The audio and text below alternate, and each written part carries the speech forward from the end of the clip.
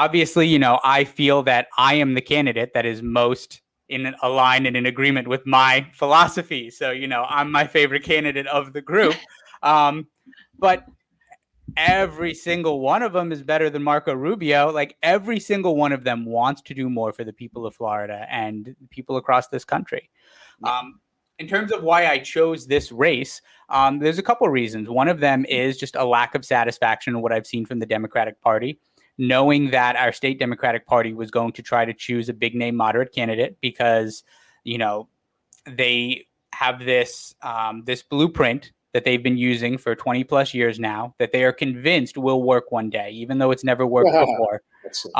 They just need a better candidate. And, they think they've got the candidate this time. And even though they, have not endorsed anyone, they've clearly rolled out the red carpet and lined up one candidate with all of their main donors and, and who's following their playbook.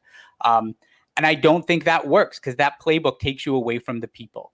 The people is how you win. You talk about corporate money, $1 million in corporate money, right, can get you ads, but it only guarantees you the support of the person who wrote that $1 million check.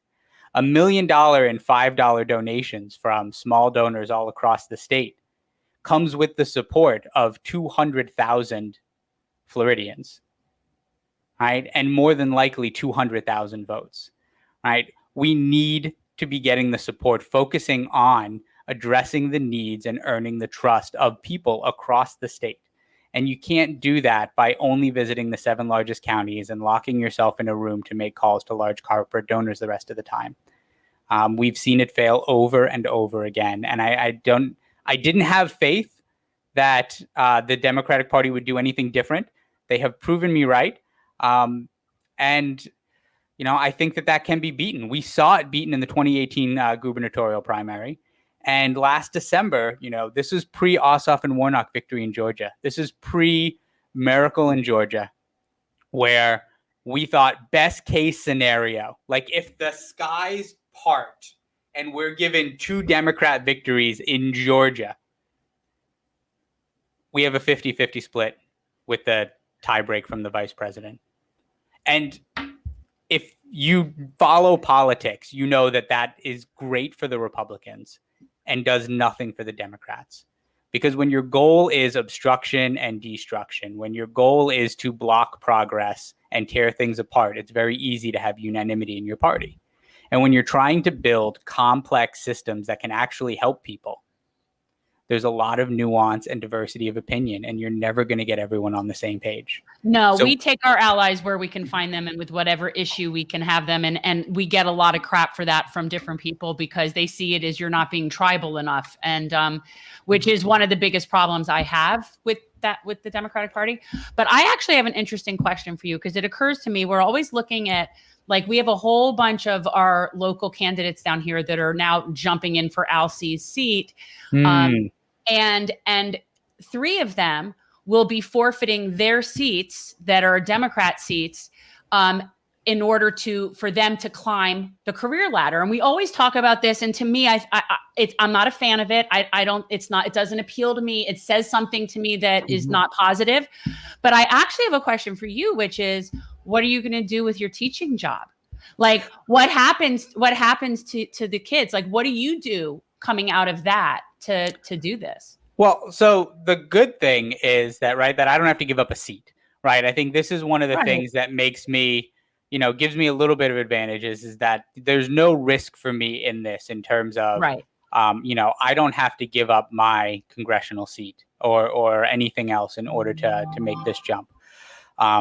The way the campaign laws in Florida work is that I'll be able to write myself a paycheck from my campaign to pay myself to be the candidate based on what my previous salary was, right? So if I had Marco Rubio money, I could pay myself like a pretty decent salary out of my campaign. I'll basically be paying myself a teacher's salary if I can afford it next summer. But I'm not taking off. I'm working through the school year this year. I was fortunate enough to transfer into virtual school before the pandemic. That was something that I had lined up and was looking at in order to be able to be closer to my kids' school. I have a 6-year-old and an 8-year-old. And that got once COVID hit, they fast tracked that and sped up my start date. And so I have the flexibility, more flexibility in my schedule than other teachers do. That's not to say that I work any less, just that I have more flexibility. You have flexibility. I wasn't asking that like in any accusatory way. I was sort of just saying like it never occurred to me before. Like, we only think about it politically. Because I don't have, I'm not sitting on, private money. I'm not going to be spending $30 million on ads out of, my personal accounts. I'm on teacher salary, so I have teacher money. And even more than that, my wife is a teacher. So we have that lovely double teacher salary, paycheck to paycheck, even though we're adulting it all day long. And yeah, I mean, it's like, that's how we live. But you know what? People understand that. Like, people, in some ways, I think it's been refreshing for people to see that, look, like, I'm not sitting in some sort of bed of luxury or think that I have nothing extra. Like, I have to work. If I don't do my job, I can't pay the bills next month. But every second I have, I am still out campaigning and fighting for you, so that way you can have someone actually representing you in the U.S. Senate. Because we live in Florida. We don't have that right now. Yeah, I agree.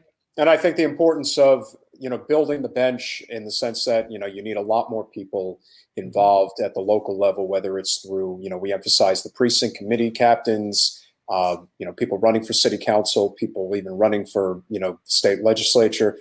Those things are immensely important. And even if it takes time, building those relationships, as you are doing statewide, takes a lot of time, a lot of effort. But in the long run, if you're willing to play the long game, there's no telling how much benefit that's ultimately going to yield for this kind of a movement. You are right. Andrew was a exceptionally dynamic candidate. I thought he had an excellent chance to win. I thought that he ran one of the best primary races I've ever seen. I wish I had kept the newspaper. I think it was in the Orlando Sentinel here. It was the weekend edition, I think the Sunday before the election. And they had said that if he hits 3 million votes, he wins in a landslide. He hit 4 million and still lost. Like, no one expected those. Those are unheard of. The previous record was 2.85 million for anyone winning governor in Florida. Well, you have to, you got to give the GOP side, their due. They love DeSantis, and that's they're very good at what they do. Yeah, like, we live in a state that has more registered Democrats than Republicans, and yet Democrats have not won a closely contested election statewide since 1994. 94, right. 98 was when they lost the gubernatorial. And yeah, that's and a lot of that, in my personal humble opinion, has a lot to do with the fact that the GOP has a much stronger ground game and infrastructure in the state. One of the things that happened when Gillum ran was that most of that infrastructure was brand new. A lot of people got involved that otherwise in a statewide race they had never been involved in before. That consistency is not there, and it is horrifically unfortunate what had happened to him. And, he was the bright shining star potentially of the future. And now that's obviously changed. So, now it's back to square one, but we have to build on that. Yeah, we didn't have a statewide election in 2020. Not all is lost. None of our 3 statewide races were up. So we had no statewide candidate in 2020. Now in 2022, we're going to have statewide candidates. And you have to pick up that flag and run with it. Like, you have to reactivate, take what he did and build. We can't look at it and say, well, now we'll do what we did before him and have the benefit of extra people he registered to vote, and surely it will work this time. We have to push every bit as hard and go out to as many people, if not more, and do everything he did and more in order to keep pushing in that direction. Like, that's how, like we joke calling it a miracle in Georgia. It wasn't a miracle. It was 10 years of incredible hard work by Democratic organizers on the ground. Well, one of the things that we really emphasize as much as anything is the importance of a non-corporate, non-partisan labor movement. That is something that we are very strong advocates for. And obviously the teachers union, especially in Florida, especially down here in Broward, they tend to be very active, and that's a great thing. Have you been in communication with any of the teachers union local chapters, and have they expressed interest being a fellow teacher and potentially supporting the campaign? I have. Now from the union standpoint, as right now they're deferring to the statewide. The statewide, the FEA will be making their endorsement, and we're going to be considered in that. Not to say that.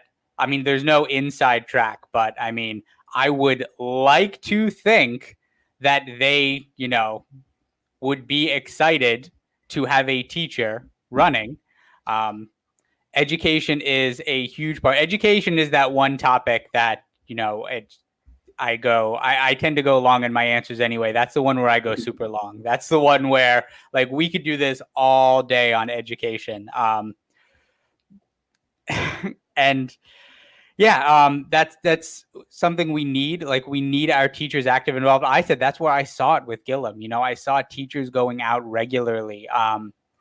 And it wasn't the only workplace. I mean, there were plenty of others, but teachers do tend to, we see it. We see the effects of the negligence from our Republican state legislature.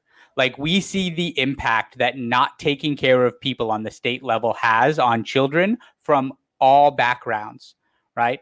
We don't work in schools that just get, well, this is the ones that they send the Democratic kids to, and this is the one they send the Republican kids to, right? We see it across the board, and just so much need. Like it's a word I keep coming back to, but I'm in Osceola County. We have, one of the highest homelessness numbers and displacement numbers there are.